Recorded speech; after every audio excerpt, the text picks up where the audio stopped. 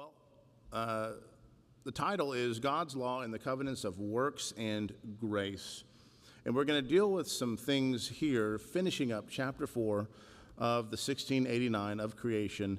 And we're going to deal with some things that aren't necessarily directly stated within this chapter, but are a part of it nonetheless. And they're dealt with in more specificity in other areas of the confession, but being that we're just walking through the confession and we may not get to these other areas for a while, I think it's a good idea for us to finish up this chapter before we go on to chapter 5 and talk about the providence of God and just kind of talk about these areas that are very important, and I would argue they're very foundational. They're very foundational to the Christian life. They're very foundational to anyone that has any aspirations or desires to teach and preach. You must absolutely have a firm and a solid grounding in these areas, and that is an understanding of God's law and understanding how it is that we differentiate between the law of God in the scriptures, and also an understanding of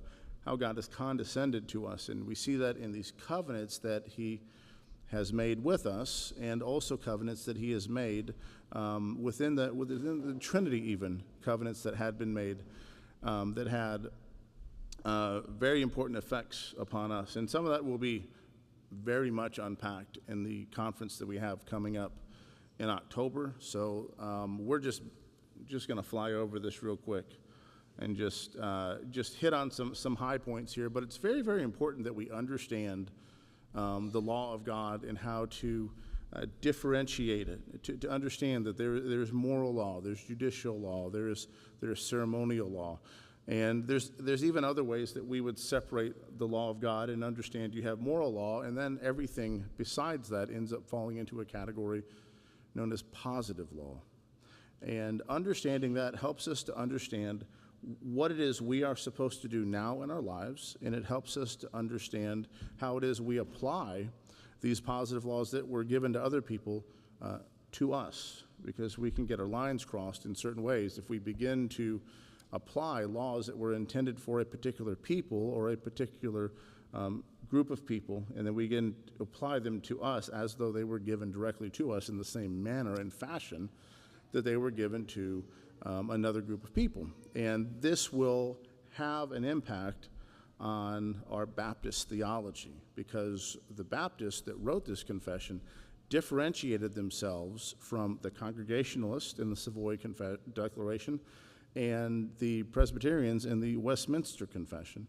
And so these distinctions that are there are even here within this chapter in the way in which they organized it. And they organized it that way because they were Baptists, and they wanted to give a positive declaration as to why it is they held to the things that they did in regard to baptism. So let's walk through this. I've given just a brief summary there of what we're going to walk through here today. And we'll talk through, basically, the covenants we're mainly going to deal with is the covenant of works and the covenant of grace. And understanding the covenant of works is that which was originally given to Adam, and were he to be faithful in that, he would have the blessing of life.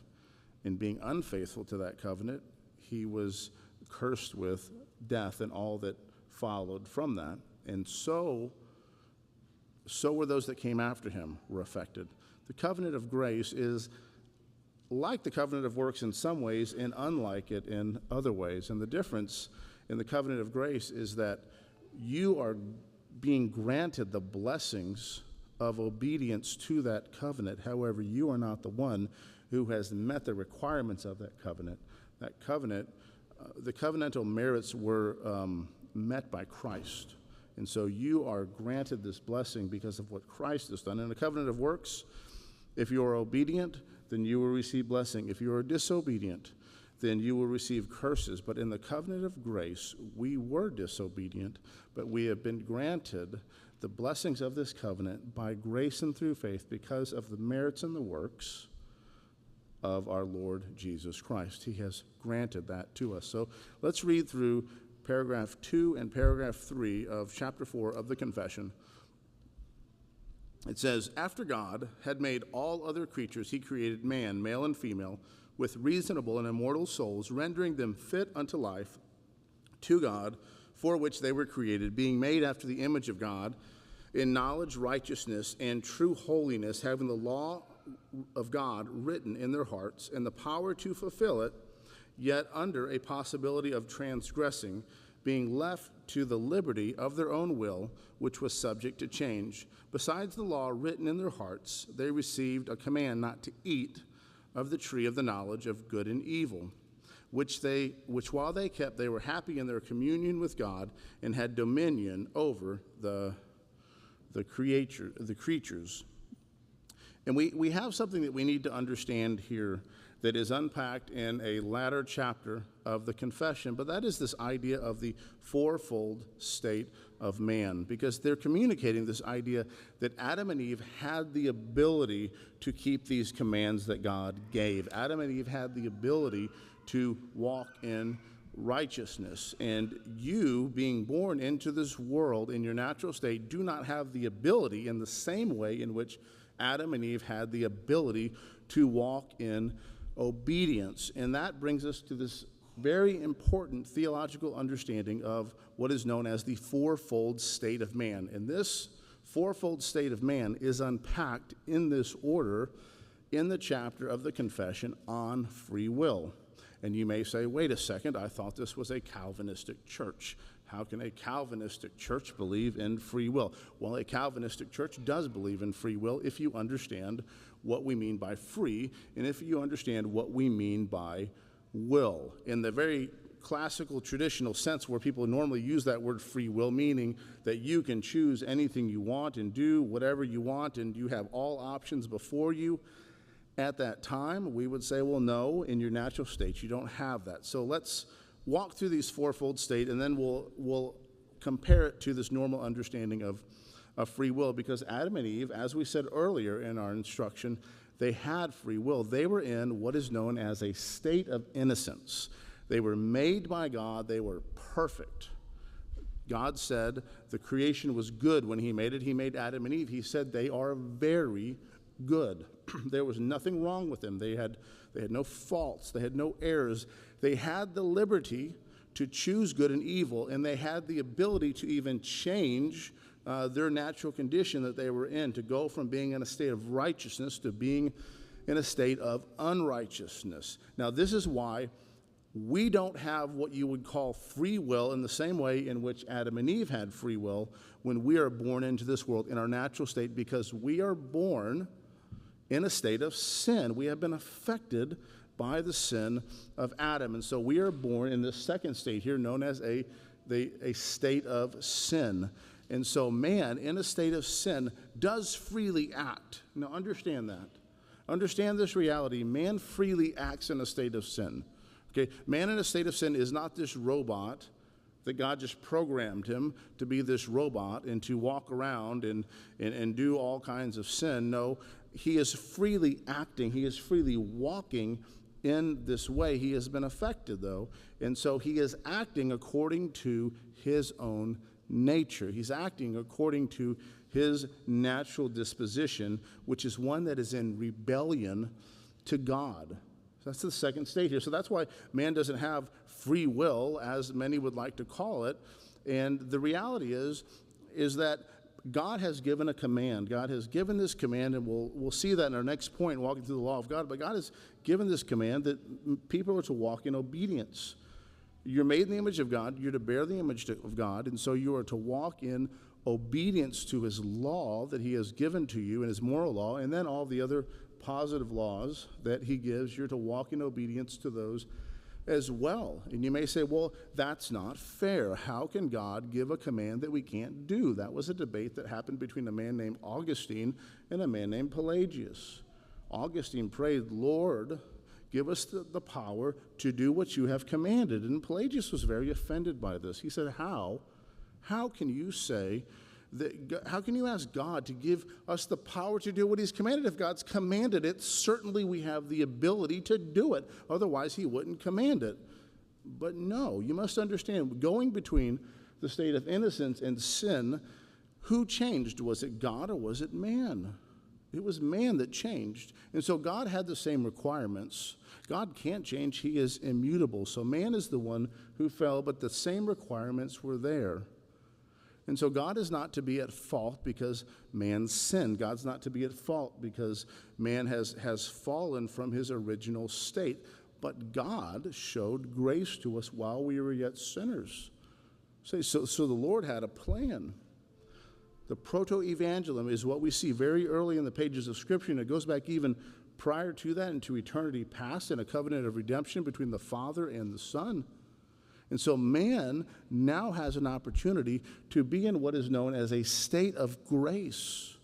A state of grace, and that is one who has been brought to life, whose eyes have been opened, who have trusted in the name of Jesus Christ, who have repented of their sins. The Spirit has indwelt them, has illuminated the meaning even of Scripture, has given them eyes to see, ears to hear.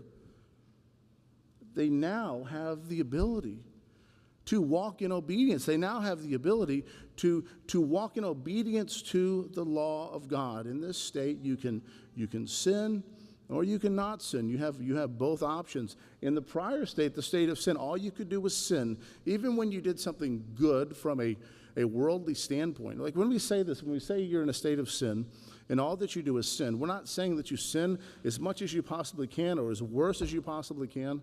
The most evil person that has ever existed could have been worse than they are. The most evil person that has ever existed, you could follow that person around and find someone that they were nice to, that they were kind to. There's a book that was written about some soldiers in World War II that served the Third Reich, and it was called Ordinary Men.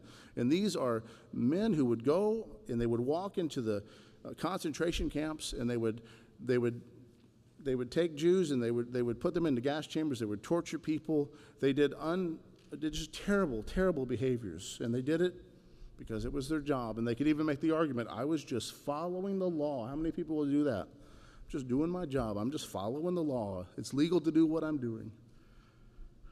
But then these men would go home and they would have dinner with their families. They would go to church. They would go to sports games with their kids, and you see these like just ordinary men participating in these behaviors. And this is the reality, that you can see some things about them that you can say, well, that was a nice thing they did for their child. That was something good they did over here by a worldly standard. But there was evil that was here, and that's the reality, is that the effects of sin have so affected us that even the good things that we do, and I'm using the good in a kind of a worldly understanding of a good thing, saving someone from a fire is a good thing, but you must understand, you must be obedient to God from the heart. You must be obedient to God. Even your motives must be right. Even your intentions must be right. And so that's the standard that is there. And it's not that everything else is just as low as it possibly can be. No, if you compare men to other men, if you compare certain actions of men to other actions of men, you can find a stratification. But when you compare it to the high standard of God's law and understand that it is obedience in word, thought, and deed, that there is a reality that you just end up falling woefully short, and that's the state of sin. But in the state of grace, you're given a new heart. You're given a new mind, and at that point at the first point in your existence, you have the ability to walk in righteousness, to walk in obedience to the law of God. The fourth state of man is a state of glory. That's the eschatological hope that we have looking forward. And again, as I said, this is the exact way that when you go through the chapter on free will in the confession, that it is laid out. It's laid out in this exact way. And it's important for us to see this. This idea is communicated here in this early portion of the confession. And they're assuming that you already know this, or assuming that you are going to pull it out of some other part of the confession. But this is something that's very important and very applicable to our lives. Secondly, we have this idea of the law of God. And the law of God is mentioned in a couple places within this chapter. We have the moral law. Understanding the moral law is that which is just flowing from the very character of God. It is the way in which you were designed to live. God has given his law to us because it is what is best for us. God has given his law to us because it is the way in which we were designed to exist. And when you begin to walk in a way that is contrary to the moral law of God, it is dehumanizing to you. It is destructive to you as a person. It is damaging to you. It is a downward spiral. You will begin to look and act more like the other creatures that God has made than you will look and act like the human that God has made you to be, made you to walk in the will of God, made you to be one who is made in the image of God. Chapter 4, paragraph 2, we see this stated, having the law written in their hearts and the power to fulfill it, yet under the possibility of transgressing, being left to the liberty of their own will, which was subject to change. And we already talked about this. This was the state of innocence. But this is dealing with the moral law of God right here. That's what this is talking about. That the moral law of God was written on the hearts of Adam and Eve, and their hearts were not distorted or damaged in the ways in which those who had come after the fall. And we see the moral law of God as that which is summarized within the Ten Commandments, and we see Jesus giving a summary of the moral law of God here in 2 commandments from the Old Testament. Some people don't realize this. These verses that he is quoting here, these laws that he's quoting, come from the Old Testament. They come from the Pentateuch. Okay, they're asking the question, which of the 10 is the most important commandment? And Jesus is saying, well, 1 to 4 are the most important, and 5 to 10 are the second most important. So we see that idea communicated here in Matthew 22, 36 through 40. They see, teacher, which is the great commandment in the law? And he said to them, you shall love the Lord your God with all your heart, with all your soul, with all your mind. This is the great and first commandment. The second is like it. You shall love your neighbor as yourself. On these 2 commandments depend all the law and the prophets. So all the other commandments of God are flowing out of these commandments here. And so this is a summary of the law. Sometimes people think this is the gospel. They will say, well, look, we aren't all about law. We're not all about rules. We just want to love God and love people. Well, that's good. You should love God and love people. And that is the summary of the summary of the summary of the law. You just summarize Jesus' summary of the law when you say you just want to love God and love people. You're basically saying, follow the 10 commandments. And meanwhile, you'll have that same person try to say, oh, no, we're not trying to be all rigid and strict with laws. Well, how is it that you're going to love God? Well, he tells you how you love God in the first 4 commandments. All right, well, how is it that I love people? Well, that's communicated in the last 6 commandments. It's important that you understand the moral law of God in this category, though. The moral law of God, as I said, applies to all people everywhere at all times. It never didn't apply. It's always applied everywhere. Pre-Sinai, before Moses was given the 10 commandments, before the law was given to him in the judicial and ceremonial law, people were required to walk in obedience to the 10 commandments. At Sinai, you see it there in the 10 commandments, and then you see it post-Sinai. I'm not going to defend this point right now. If you want a defense of this, you can go to the Sunday school lesson I taught, and it's in a series called Covenant Law and Sabbath. And the name of the Sunday school lesson is a critique of New Covenant theology. And I make this argument right here that the moral law of God was applicable before Moses, at Moses, and after Moses. It's always been something that is applied. So I'm just going to assert this and not defend it at this point because we have more things to cover. We're just kind of just flying quickly over these ideas of God's law and these covenants, just as a reminder that these are here within this chapter of the confession. But now we have this idea of positive law, and I mentioned it earlier, and we've talked about positive law before, and maybe some of you don't remember what positive law is, so we're going to talk about it here because it's here in the 3rd paragraph, and it says this, it says, besides the law written on their hearts, right, that was the moral law, they received a command not to eat of the tree of the knowledge of good and evil, which while they kept, they were happy in their communion with God and had dominion over the creatures. And so this is what we call a positive law. So why do we give it the name positive law, or why are we talking about these high theological ideas? And why not talk about something more practical? This is very practical, because this is a way in which you understand the commands that God gives. Positive laws are other commands that God gives other than the moral law. So you have the moral law that's applicable to all people at all times, and then you have positive laws that God gives that are applicable to a particular people at a particular time. And it's very, very important, it's very crucial that you understand positive laws in their context. And so the positive law we're talking about here is not eating from the tree of the knowledge of good and evil. That was given to Adam and Eve. And so we need to understand it there within that context, and not go and, if you want to use an illusion in some way and you're writing poetry, you can do that, but it's not something that you don't need to walk around the supermarket and just be concerned, okay, well, how do I know which fruit I can eat, or how do I know which vegetables, or you don't have to worry about that. This command wasn't given to you. This isn't something that you're going to be held accountable for following. It's what's known as a positive law, and this is actually a positive law that people don't generally have an issue with messing up unless you get into some kind of a weird cult. But the other positive laws that God gives, people tend to get their wires crossed and take it out of its original context and the way in which it was originally given, and it becomes confusing, and you end up with what we would call legalism. And legalism in the sense that you're saying, well, by following this, you are justified, right?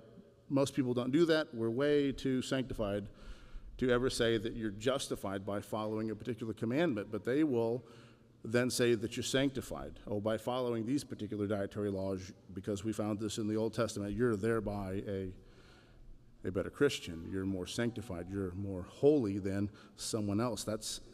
There's a whole book in the Bible that is written fighting that idea. There's a whole book of the Bible, Galatians, is written to say like this, these are positive laws, okay? You are not to go and put these yokes on other people. You are not to go and take these laws given in one particular context and apply them in a way that they were given in that context to another context, into a people they were not particularly given to. Jim Renahan says this in his book on the 1689. He says, what is positive law?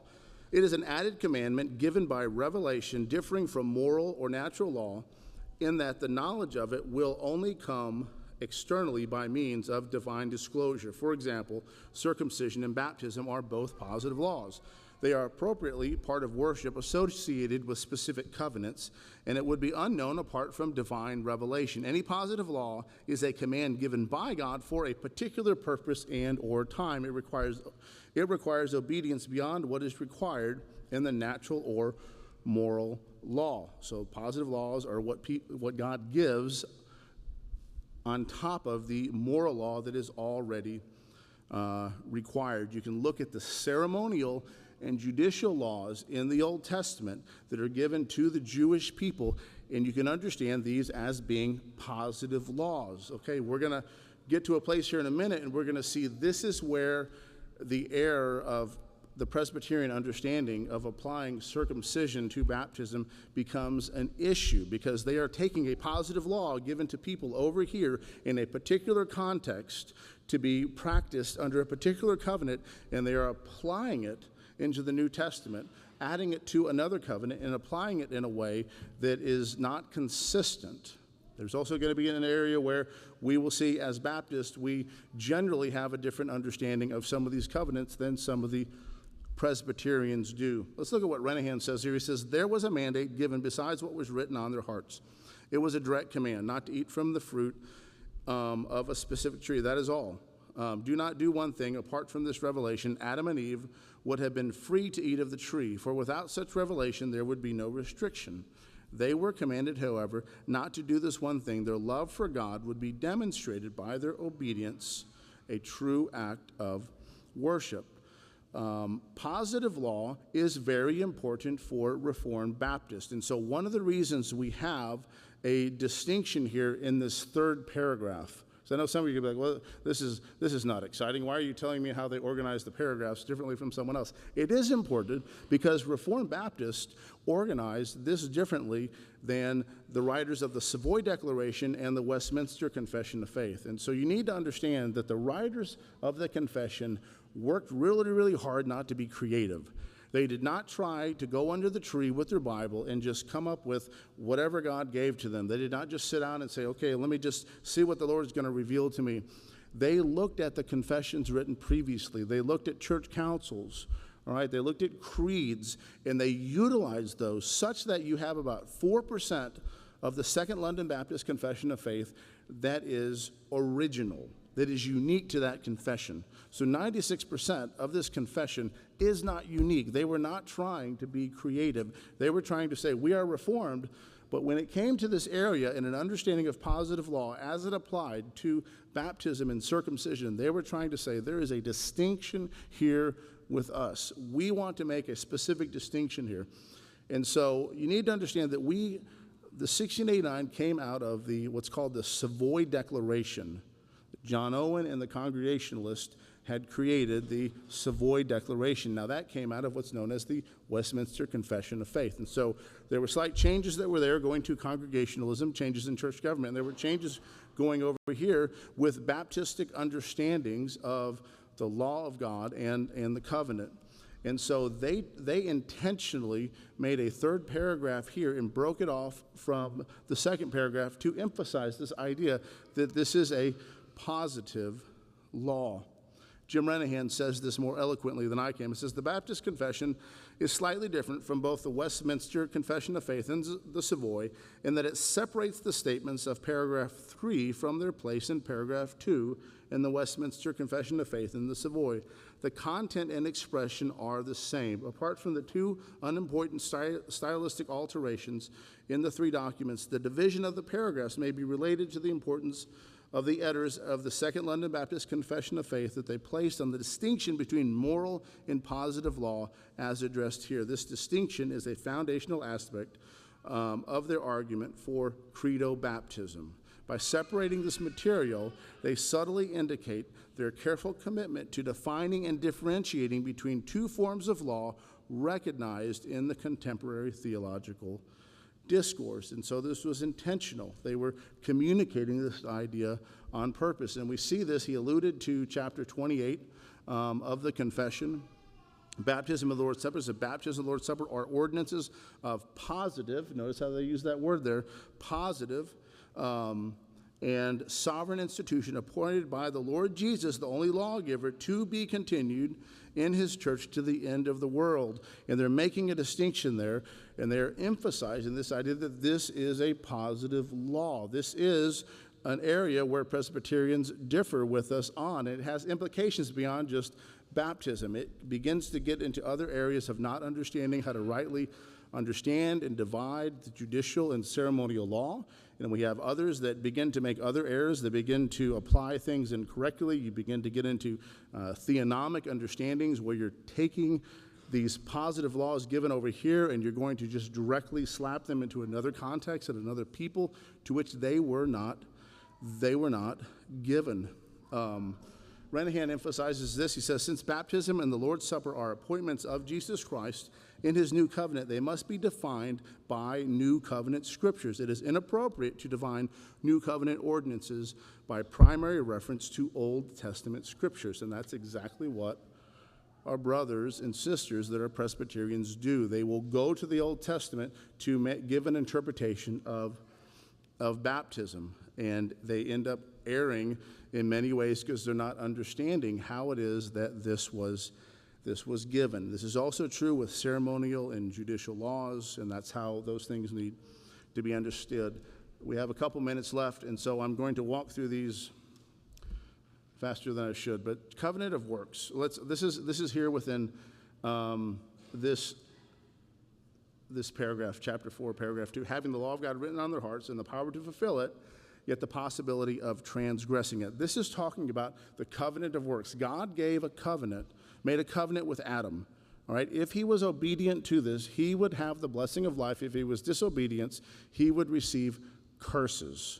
We're going to see this is very similar when they leave Egypt, all right? If they are obedient, they will receive blessings, and they will be in the land. If they're disobedient, they will receive the curses that the Egyptians received when they were in Egypt. It doesn't directly mention the covenant of works, and some will try with great error to argue that the writers of the Second London Baptist Confession didn't believe in this so-called covenant of works, or that it's not scriptural. They did, and I'll show that in just a minute, that it does directly show up in other areas. But I want to make an emphasis here and understand that although you don't have in the scriptures God sitting down with Adam and making a covenant with him like you have him making with Abraham, it doesn't mean that it's not there, because we have all of the aspects of covenants that are there, blessings for obedience and curses for disobedience. But we even have in the book of Hosea it being called a covenant. And it is directly compared to Israel in their disobedience, in walking in obedience to God. And so that's also going to support another point that I'm going to have, and that is the Mosaic covenant was a covenant of works as well. If they were obedient, they would stay in the land. If they were disobedient, they would be removed from the land. This wasn't grace. This was gained because of their works and what they had done. God showed them mercy. There's no question there. God showed them mercy and kindness because there was another covenant that God had made between the Father and the Son. And that covenant is one that would preserve the line in Israel, despite their rebellion, would preserve this line so that the promised one would come forward. Remember, he's going to come out of the line of Judah. All right, he's going to be a child of Abraham. But look here, Hosea 6 and 7. It says, "For I desire steadfast love and not sacrifice, the knowledge of God rather than burnt offerings." And we have here, I want to emphasize here as well, a very important point being made about the law of God. Some people try to flatten the law of God out and just say, well, it's all the same in the Old Testament. You got the 10 Commandments. You've got, do not boil a baby goat in its mother's milk, and they're all the same. And no, they're not the same. And this is one example where they are not the same. He says, I desire steadfast love and not sacrifice. He is making a distinction here between the moral law and the ceremonial law. He said, it matters more to me that I have your heart. It matters more to me that you're walking in obedience in your heart than it is that you go and burn these offerings. You should be following in these positive commands that God gives. But the moral law is more important than these positive commands. And so you can't go and follow these positive commands and then neglect these moral commands, this moral law, and then feel like that you are doing well. It's like someone that I just go to church. I'll just go to church and participate in church, and I'm going to live a life that is contrary to that all week long. I'm sorry, that's not how that works. That's not how that works at all. And so we have it's said here in Hosea 6 and 7. It says, I desire steadfast love and not sacrifice, the knowledge of God rather than burnt offerings. But like Adam, they transgressed the covenant. There they dealt falsely with me. And so Adam is one that transgressed the covenant. According to Hosea here, there was a covenant. If there was no covenant with Adam, how could the Israelites have transgressed or broken a covenant like Adam did? They could only break the covenant like Adam did, or in a similar way, because a covenant had been given to Adam. And I also want to argue here that the covenant that was given with them and the Mosaic covenant was similar to the covenant that was given to Adam, in that it was what we call a covenant of works. Our Presbyterian brothers, for the most part, will call the Mosaic covenant, the covenant given to the Israelites, a covenant of grace. And I will argue many times over that that is not the case. There's a sermon that I preached many years back. I think it was probably 2017. And I walked through that in particular. I'll give that reference here in a minute. And Vody preached one as well, distinctions of the Old and the New Covenant. These are distinctions. They're not all. The New Covenant and the Old Covenant aren't the same. Let's look at Isaiah 24, 5 and 6. It says, the earth lies defiled under its inhabitants, for they transgressed the laws, they violated the statutes, broken the everlasting covenant. Therefore a curse devours the earth, and its inhabitants suffer for their guilt. Therefore the inhabitants of the earth are scorched, and few men are left. And this is the idea that in breaking God's law, it was a breaking of a covenant with God. And so that happened with Adam, and it continues to be broken when men in their fallen state are are sinning. We see this idea of the covenant of works. I'm not going to read it at this point, but chapter 6, paragraph 1, you have that idea communicated there. Chapter 19 on the law of God, paragraph 1 has that. Chapter 20, paragraph 1, has the actual phrase, the covenant of works. So those that like to say the covenant of works is not in the 1689, you can say, well, it's in all these other places that I've mentioned, but it's directly stated here in paragraph 1. The covenant of works being broken by sin and made unprofitable to life, God was pleased to give forth the promise of Christ, the seed of the woman, as a means of calling the elect and begetting them to faith and repentance. And so you have this idea of the covenant of works there, and it's given here in this chapter on the gospel because this covenant of works was broken, and therefore it was necessary that God would do something else. And what God did was he made a promise, and this is in the covenant of grace, and this flows back even into the covenant of redemption between the Father and the Son. We see that emphasized in Ephesians 1. But there was a promise made there at the fall. God wasn't, what am I going to do? No, God had a plan. And God said he would send a son, a child of the woman, who would crush the head of the serpent. And this needs to be understood in a different way than the covenant of works. We need to understand the covenant of grace. In the covenant of works, if Adam was faithful, then Adam and those who came after him would receive the reward, all right? If Israel was faithful in what they did, they would receive the rewards for what they had done. They would stay in the land, and they would continue to be there. But in walking in disobedience, they would receive curses. Well, in the covenant of grace, there is a declaration that you had no ability whatsoever to keep this covenant or to meet the requirements of this covenant. You couldn't do it. That's the narrow gate of coming to Christ. That's the narrow gate of the gospel, is to say your own inability, your own insufficiency, and to recognize that one has acted for you on your behalf. As Paul says here, Romans 8, 3 and 4, for God has done what the law, weakened by the flesh, could not do by sending his own Son in the likeness of sinful flesh, and for sin he condemned sin in the flesh, in order that the righteous requirement of the law might be fulfilled in us who walk not according to the flesh, but according to the Spirit. See that? For God has done what the law weakened by the flesh could not do. You in the flesh could not keep the law. You were unable to do this. So God has sent one so that his standard didn't change.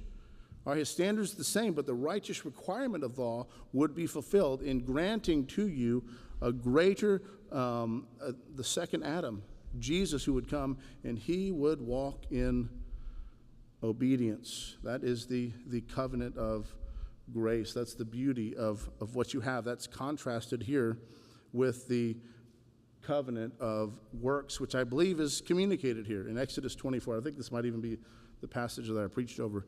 Exodus 24, 7 and 8. Then he took the blood of the covenant and read it in the hearing of the people, and they said, all that the Lord has spoken we will do, and we will be obedient. And Moses took the blood and threw it on the people and said, behold, the blood of the covenant that the Lord has made with you in accordance with these words. Were they to be obedient, they would receive the blessings of following this. In disobedience, they would receive the curses. That is not where we are in Christ Jesus. It's not where we are at all. So that sermon that I preached was Old and New Covenant, Exodus 24, 1 through 11. You can find that on sermon audio. And also, Vody preached a sermon, a distinctiveness of the Old and the New Covenants, Exodus 19, 8 through 15. And I think it's very important that you see this reality. It's important that we see these distinctions of the law, that we understand that there is a moral law, but there's also positive laws. These positive laws must be interpreted within their context, the covenants they're under, and the people that they're given to, and also understanding the covenants of works and the covenant of grace. Understanding these two covenants. The covenant of works was broken by Adam. It's very similar in ways, as I mentioned, to what was given to the Israelites. Obedience will result in blessing. Disobedience will result in curses. But the new covenant that we are under, the covenant whereby all people who have ever been saved are under, is one that says, I am not able to do this. I am, as Job says, trusting in my Redeemer. Job says, I know my Redeemer lives. You can look at Hebrews 11. Those are all people that were trusting in the Messiah to come. And that's a covenant of grace and not of works. And it is Christ that has met those merits. Christ has done what was required in the law, because there was a weakness in the flesh to walk in accordance to the law, because Adam sinned. We're in a different state than Adam was. He was in innocence. We're born into sin. But through the work of Christ, the blessing of Christ, the work of the Word and the Spirit, we are reborn to be in a state of grace, and ultimately we'll be in a state of glory.